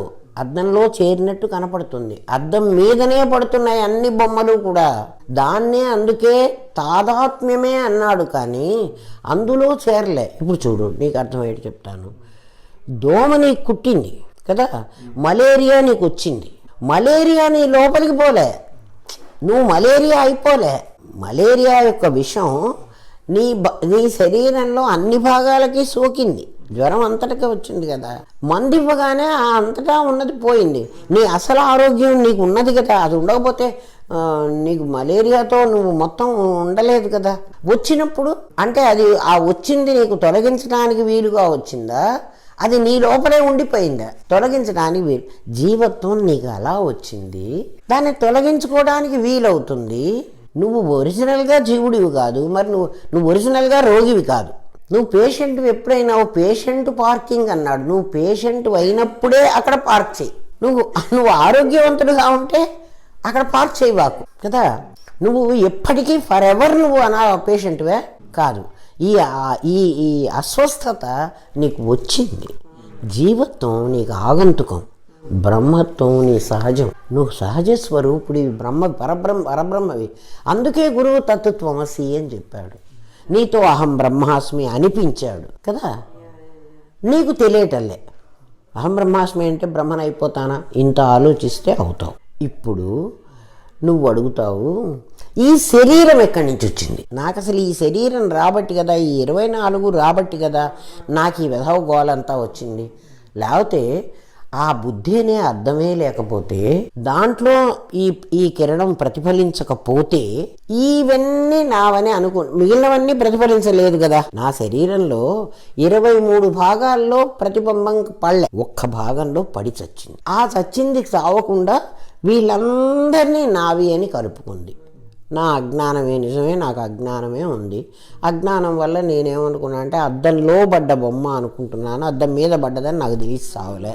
నేనింత చెప్పినా గురువు ఇంత చెబుతాడే, ఈ కాసేపే అవును అనిపిస్తుంది. మళ్ళీ వెంటనే ఏమో అన్ని చెప్తున్నారు కానీ అది ఎంత కాదులేబ్బా, నేను నిజంగా బాధపడుతున్నా కదా, నాకు దోమ కుట్టి ఎక్కడో ఓ చోట కుట్టిందే కానీ ఒళ్ళంతా నొప్పులు కనపడుతున్నాయి, జ్వరం కనపడుతోంది, నేను లేవలేక వస్తున్నాను, ఇవన్నీ అబద్ధం అంటే ఎట్లా? అంటే నీకు విచారణ లేదు. అదే దోమ ఎంతది, అది ఎంత విషయాన్ని నా లోపలికి పంపించింది, ఆ విషయాన్ని తీసుకుండే మందు కూడా నా దగ్గర ఉంది. ఆ మందు వేసుకుంటే ఈ దోమకాటుకి జ్వరం వచ్చి తగ్గిన వాళ్ళందరినీ నేను చూస్తున్నాను కదా. వాళ్ళందరూ ఆ జ్వరంతో చావలేదు కదా. నేనెందుకు ఈ జీవత్వంలో పడతాను అన్న ఆలోచన నీకు రాదు కదా. పైగా మనుష్యాణం సహస్రేషు ఎంత కోట్ల మంది ఉన్నారు కదా, మిలియన్స్ మనుషులు ఉన్నారు కదా. ఎంతమందికి ఇది వినాలని కోరిక కలుగుతోంది, ఎంతమంది దీంట్లోంచి బయటపడాలనుకుంటున్నారు. సంసారం చాలా బాగుంది కదమ్మా. బాగలేదు అని ప్రతివాడు చెప్తాడు. పెళ్లి చేసుకున్న ప్రతివాడిని అడిగి చూడు, నాయనా పెళ్లి వల్ల నిజంగా నువ్వు సుఖపడ్డావా? ఒక్కడు కూడా నేను సుఖపడ్డానని చెప్పడు, ఒక్కడు కూడా చెప్పడు. ఎప్పుడు చెప్తాడు అంటే 1 సంవత్సరం చెబుతాడు. ఎందుకంటే వాడు మైకంలో పడి ఉన్నాడు. అవును హేమా, వాడు మైకంలో ఉన్నాడు. తాగిన వాడికి ఆ తాగిన గంట బాగుంటుంది కదా, వీడికి కూడా బాగుంటుంది.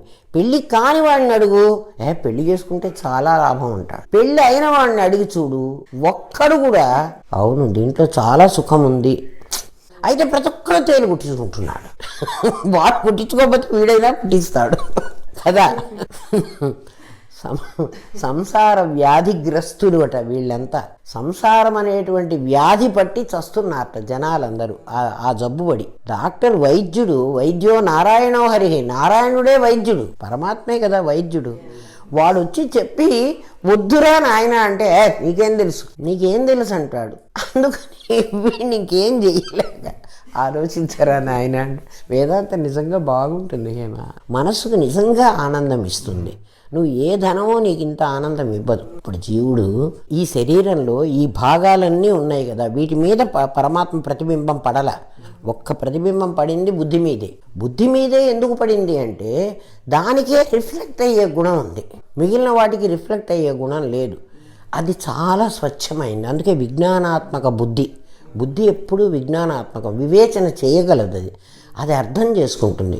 మనస్సు ఏమంటుందంటే ఏం మస్తు చెబుతారులే ఇట్లాంటివన్నీ, వాళ్ళంతా గట్టెక్కి మాట్లాడుతున్నారు, ఆమెకేం సమస్యలే లేవు, వాళ్ళ పిల్లలందరికీ పెళ్ళిళ్ళు అయిపోయినాయి, వాళ్ళ పిల్లలకి చదువులు అయిపోయినాయి, ఆవిడికి మనవాళ్ళు మనవరాళ్ళు కూడా చాలా మాట్లాడుతుంది. మా సంగతులు చెప్పు, మా అబ్బాయిని ఇప్పుడు నేను పిల్లాని పంపించాలి, వాడు చదువుకోవటంలే, వాడు చదువుకోపోతే వీడికి ఏమి నష్టం, వాడి కర్మ అట్టా ఉంది, వాడు చదువుకోవటంలే, వాడి బతుకేదో బతుకుతాడు. శిలాంతరాళం అనేది కప్పలో కూడా ఆహారం పెడుతున్నాడే భగవంతుడు. ఎందుకంటే ఆ పని ఈశ్వరుడు కప్పచెప్పాడు. నీకు జీవేశ్వరులు ఇద్దరు ఉన్నారని చెప్పానా, వీడు ఉన్నాడు కదా, వాడి పని ఏమిటంటే ప్రకృతి అది. దాని పని ఏమిటంటే నీకు ఆహారాన్ని సప్లై చేయాలి. అది నువ్వేమేమైతే తినాలో, నీకు ఎంతమంది జీవుల్ని పుట్టించారో ఆ జీవులకి తగ్గ ఆహారాన్ని ఇవ్వాల్సిన బాధ్యత వాడికి పెట్టాడు కదా. ఆ ఆహారాన్ని సప్లై చేయటం అనేటువంటి, లేకపోతే భూమిలో వేస్తే ఎందుకు గింజలు పండాలి, ఆ గింజలు వీడు తినాలి, మళ్ళీ వీడు దానికి అప్పచెప్పాలి. అంటే వీళ్ళిద్దరికీ సంబంధం శబ్దస్పర్శ రూపరస గంధాలే కదా హేమా, విషయాలు అవే కదా. ఇంద్రియాలు దానికి తగ్గ విషయాలు, దానికి తగ్గ భూతాలు, ఆ భూతాలు ఆహారాన్ని ఇస్తున్నాయి. అన్నం తినేవాడు అది అన్నము, అన్నం అన్నాదయేవచ, అన్నాన్ని నేనే, అన్నాదుణ్ణి నేనే, అన్నము నేనే. అన్నం అంటే ఆహారం, అన్నాదుడు అంటే తినేవాడు. విష్ణు సహస్రనామంలో చెప్పాడు, అన్నము నేనే, అన్నాదుణ్ణి నేనే. అంటే వాడికి సప్లై చేసే పని వాడికి పెట్టాడు. రాతి కింద ఒక రాయి లోపల ఒక కప్ప ఉంటుంది, దానికి అసలు గాలి కూడా రాదు. అమరశిల్పి జక్కన్నలో చూపించలే, అమరశిల్పి జక్కన్నలో ఒక స్టోన్తో బొమ్మను తయారు చేస్తాడు, ఒక రాతి శిల్పం, అందులో లోపల కప్ప ఉంటుంది. ఇందులో బొమ్మలో కప్ప ఉంది, ఇది దేవుడి విగ్రహానికి పనికి రాదంటాడు వాడు. లేదంటాడు, రాతిలో కప్ప ఉంది అని వాడు ఇట్లా కొట్టి చూపిస్తాడు. అందులోంచి కప్ప బయటకు వస్తుంది. ఇన్ని నీళ్లు కూడా ఉంటాయి ఆ రాయిలో. అంటే ఆ నీళ్ళని, ఆ కప్పని అంత రాతి లోపల ఉండి, అందుకే శిలాంతరాళమందలి కప్పను భరించు దయామయుడైన ఈశ్వరుడు నిన్నేలా కాపాడాడు. నీకు ఆ ధైర్యం లేదు, వాడి మీద నీకు నమ్మకం లేదు. నీకు 25% ఉంటే వాడి 75 ఉంది, మరి వాడు ఎందుకు కాపాడాడు?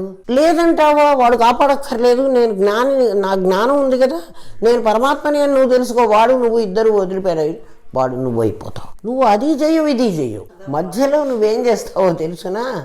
వాడు ఇవ్వలేని దాన్ని ఈశ్వరుడు నీలాంటి వాడు, బాగా గుర్తుపెట్టుకో.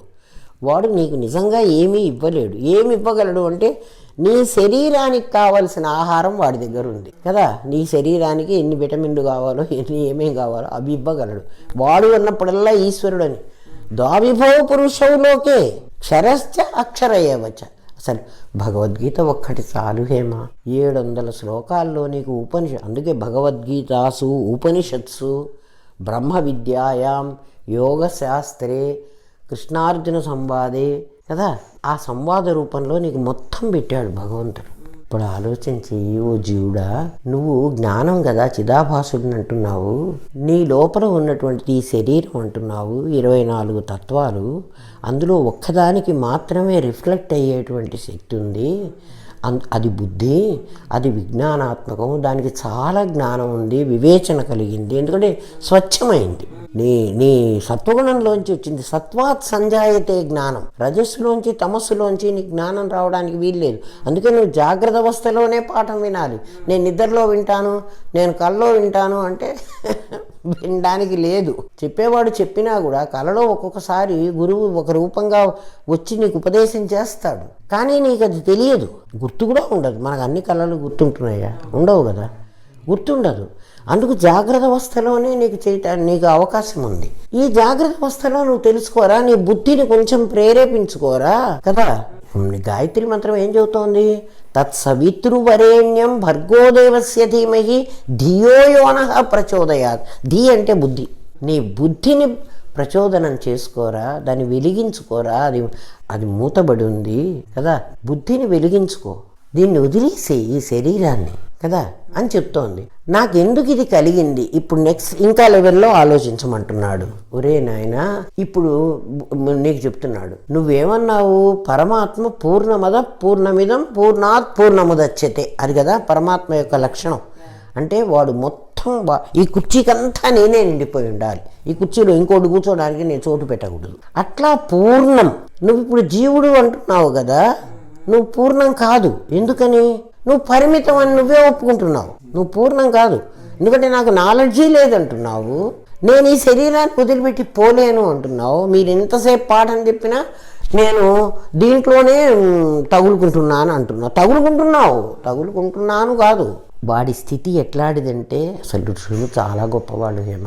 ఎన్ని ఎక్స్పీరియన్స్ చేసి వాళ్ళు చెప్పారో అనిపిస్తుంది. నేను ఆల్రెడీ నీళ్ళల్లో పడ్డాను, ఈత వచ్చని అనుకున్నా. సంసారంలోకి పడే ప్రతివాడికి వాడికి ఏదో 4 డబ్బులు సంపాదించుకుంటున్నాడని అమ్మ నాన్న పెళ్లి చేసేద్దాం అనుకున్నారు. వాడికి కూడా పెళ్ళంటే ఇంత రెస్పాన్సిబిలిటీ ఉంటుంది, ఇది ఎంత కష్టాలు ఉన్నాయి అని వాడికి తెలియదు కదా. నేను కూడా ఈదగలను, ఎందుకంటే ప్రపంచంలో పిల్లి కుక్క కూడా పెళ్లి చేసుకుంటున్నాయి కదా, పిల్లల్ని కంటున్నాయి కదా, నేను కూడా అంతే కదా, చేసేసుకుందాం అనుకున్నాడు. పాపం జీవుడు. అందుకే పెళ్లి మంత్రంలో హేమ మంగళాష్టకం అని కన్యాదానం కూడా అయిపోయిన తర్వాత, కన్యాదానం చేసేసారు వాళ్ళు, ఈ పిల్లవాడికి తాళి కట్టాలి వీడు. ఆ మధ్యలో సులగ్న సావధాన, సుముహూర్త సావధాన వాడికి చెప్తారు. ఆ మంత్రంలో మంగళాష్టకం అని చదువుతారు. ఈసారి ఇప్పుడు నా పెళ్లి దగ్గర విను. ఏమని చెబుతారంటే, ఒరే నాయనా సంసారంలో పడుతున్నావు, బీ కేర్ఫుల్. ఎన్నిసార్లు చెప్తారంటే 8 3 24 సార్లు చెప్తారు హేమ. మంగళాష్టకం అని 8 అష్టకాలు చదువుతారు. 8 అష్టకాల్లో ఆ పురోహితులందరూ కనీసం 2 3 చదువుతారు. అది ఆ మంగళాష్టకం. పెళ్లి క్యాసెట్ పెట్టుకొని వినండి, మీకు అందరికీ సంస్కృతంలో ఉంటుంది, బట్ సావధాన అనేది ఉంటుంది. సావధాన అంటే బీ కేర్ఫుల్ చెప్తారు నీకు.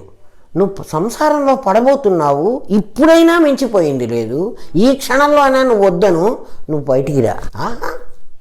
వాడు వీడియోలు చూసుకుంటూ వెధవ కాకపోతే, పిచ్చి రోగం కాకపోతే కదా, నీకు ఈత రాదురా ముర్రో, ఈత నేర్చుకుని పడు. వాడెవడో పిల్లనిస్తానని ఆ బావమరిది వచ్చి అడగంగానే పోయి పట్టమైనా వాడి బరువును వదలుచుకోవడానికి నీ నెత్తిన పెడుతున్నాడు. నీకు అది అర్థమై చావటంలే. అరే అది గుదిబండే నీకు. నేను అట్లా అంటున్నానని అనుకోవాకండి, కానీ నిజంగా బాలాజీ నీకే ఈత రాక నువ్వు నీళ్ళల్లో దిగుతున్నావు, కాళ్ళు కొట్టుకొని ఏదో కష్టపడి బయటపడతావు. నీకు ఒక గుదిబండ కడితే మెడకు, ఆ బండ నిన్నేం అదే కదా నిన్ను లాగేస్తుంది. అది కాక అది వచ్చి ఇంకా 4 బండల్ని తెచ్చింది నీ నెత్తిన, అదొక్కటే వచ్చి కూర్చోలే. నీకు ఇంకా 4 బండలు, అంటే ఈ రోజులో 2 బండలు తెచ్చింది.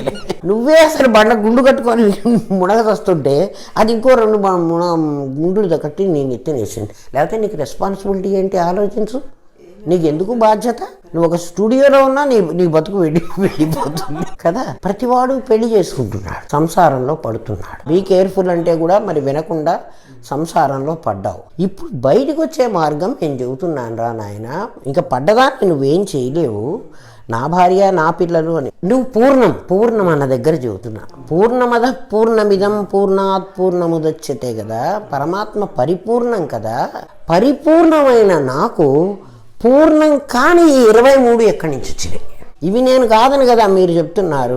నువ్వు అన్నమయ కోసం కాదు, ప్రాణమయ కోసం కాదు, మనోమయ కోసం కాదు, ఇవన్నీ కాదని చెబుతున్నారు కదా. ఇవన్నీ నేనని మీరు చెప్పలేదు కదా. మరి ఆ కానివన్నీ నాకు ఎందుకు వచ్చినాయండి? పరమాత్మలోకి ఎక్కడి నుంచి వచ్చినాయి అవన్నీ?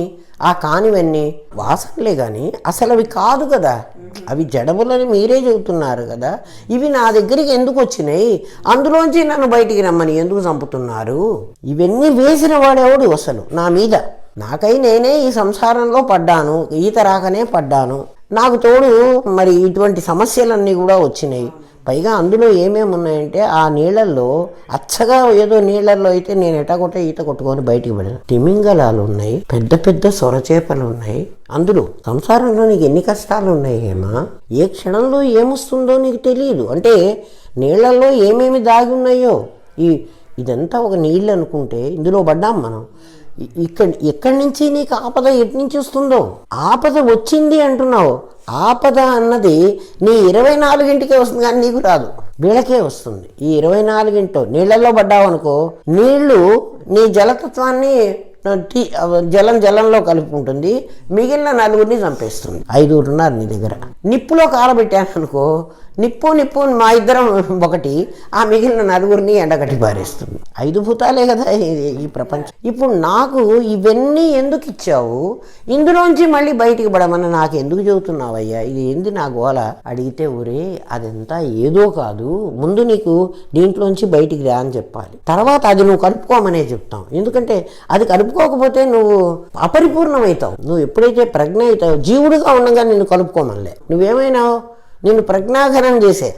ఇది కేవలం ఆభాసరా, నువ్వు వేసుకున్నది బొమ్మేను, నువ్వు వేసుకున్నది రిఫ్లెక్టెడ్ ప్రతిబింబమేను అని చెప్పాను కదా. నువ్వు బింబం అయినావు, ఇప్పుడు బింబం అవలే, నీకు బోధలో చెప్పాను అంతే. నువ్వు అట్లా ఆలోచిస్తావు, ఆ వేలో నువ్వు ఆలోచిస్తావు.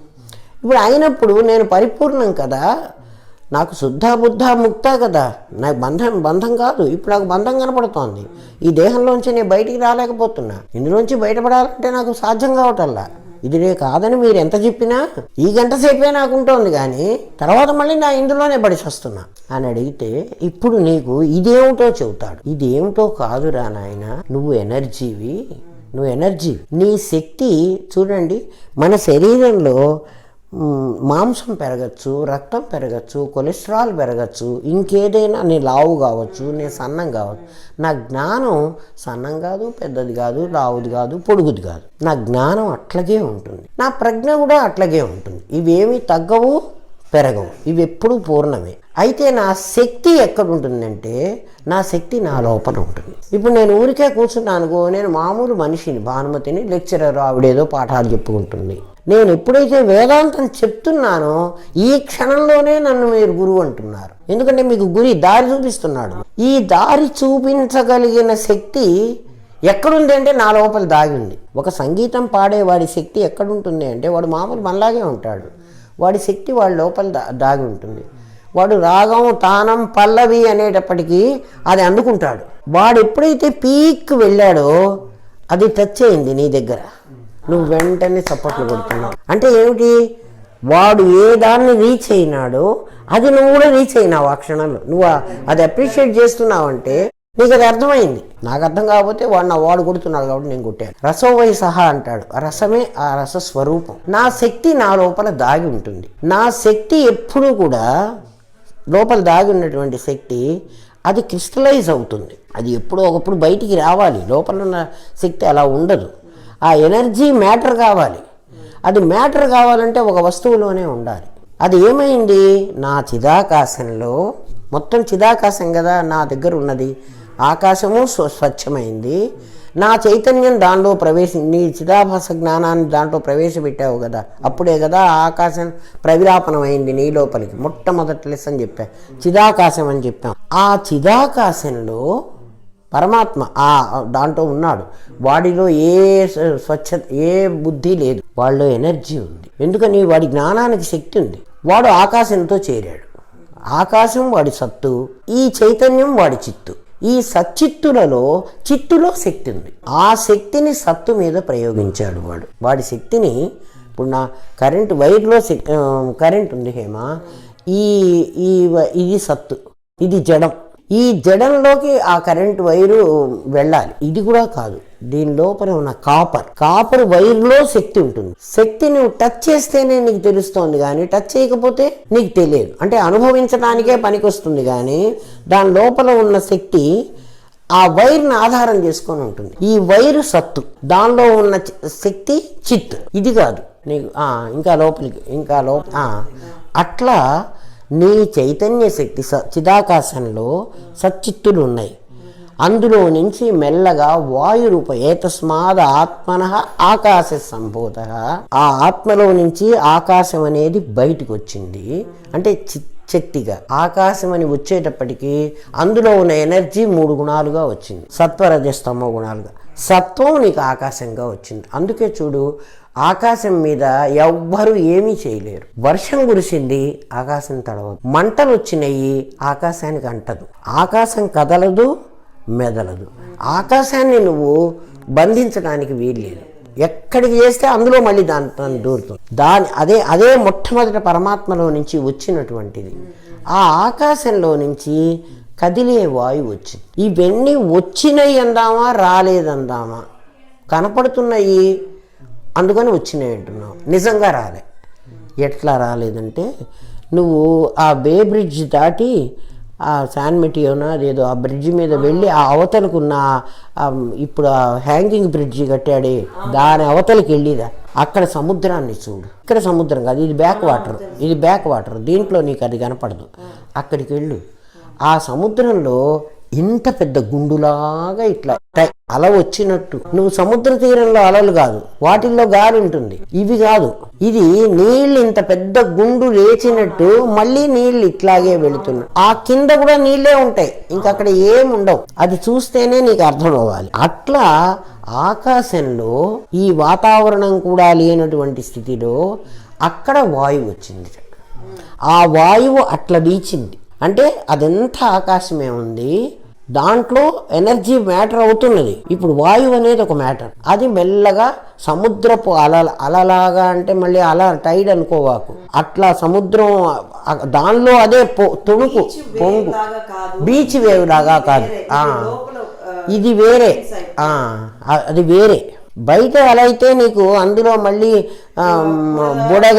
బుడగలు నురగలు అవన్నీ వస్తాయి. నువ్వు ఎక్కడ బీచ్ కాదు, నువ్వు అక్కడికి వెళ్ళి చూడు, లేదా నన్ను తీసుకెళ్ళు, నేను చూపిస్తా. ఆ నీళ్ళే అలా ఉంటాయి, అసలు ఎత్తుగా వచ్చినట్టు. నిజంగా ఎత్తుగా రావు, అక్కడ నువ్వు చూస్తే సమంగానే ఉంది. అక్కడికి వెళ్ళి చూడండి, మీకు కొంతసేపు అక్కడ కూర్చో, ప్రకృతిలో నీకు అర్థమవుతుంది. ఆ చిదాకాశంలో అట్లా వాయువు బయలుదేరింది. అంటే ఇప్పుడు సత్వం నుంచి, సత్వంలో ఉన్నప్పుడు కదలలే, ఆకాశంగా ఉన్నప్పుడు కదలిక లేదు, మెల్లగా రజస్సు వచ్చిందన్నమాట. అంటే వాయువు, ఆకాశాద్ వాయువు. ఆ వాయువు యొక్క వేగం అంటే అది ఇంకా ఎక్కువ తీవ్రంగా అట్లా అయ్యేప్పటికీ అగ్ని పుట్టింది. అక్కడ వాయువులో నుంచే అగ్ని పుట్టింది. అగ్ని పుట్టేటప్పటికి దాంట్లో నుంచే జలం, ఆ అగ్ని చల్లారితే జలం సొలిడిఫై అయితే మట్టి.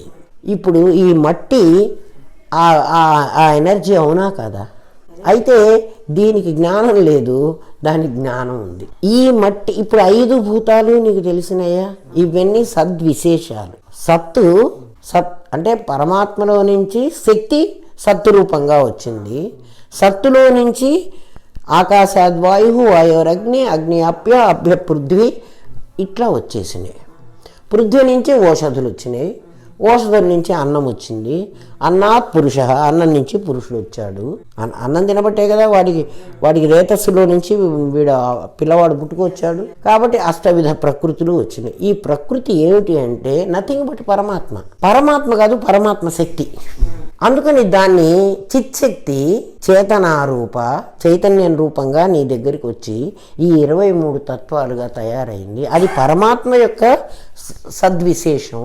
అప్పుడు నేను నా శక్తి తప్ప ఇంకేం లేవు, దీన్ని నీలో కలుపుకో. ముందేమో దీన్ని అంతా వేరు చేసి నువ్వు వేరుగా ఉండి నువ్వు సాక్షిగా ఉండరా అని చెబుతాడు. తర్వాత దీన్నంతా నీలో కలిపేసుకుని నువ్వు పూర్ణం అనుకో. అది నా సత్తు, అది నా సద్విశేషం, నేను ఈ చిద్విశేషాన్ని. విశేషాలు తీసేస్తే సత్సామాన్యం చిత్సామాన్యం అయిపోతా. అప్పుడు 2 కలిస్తే నువ్వు పూర్ణం.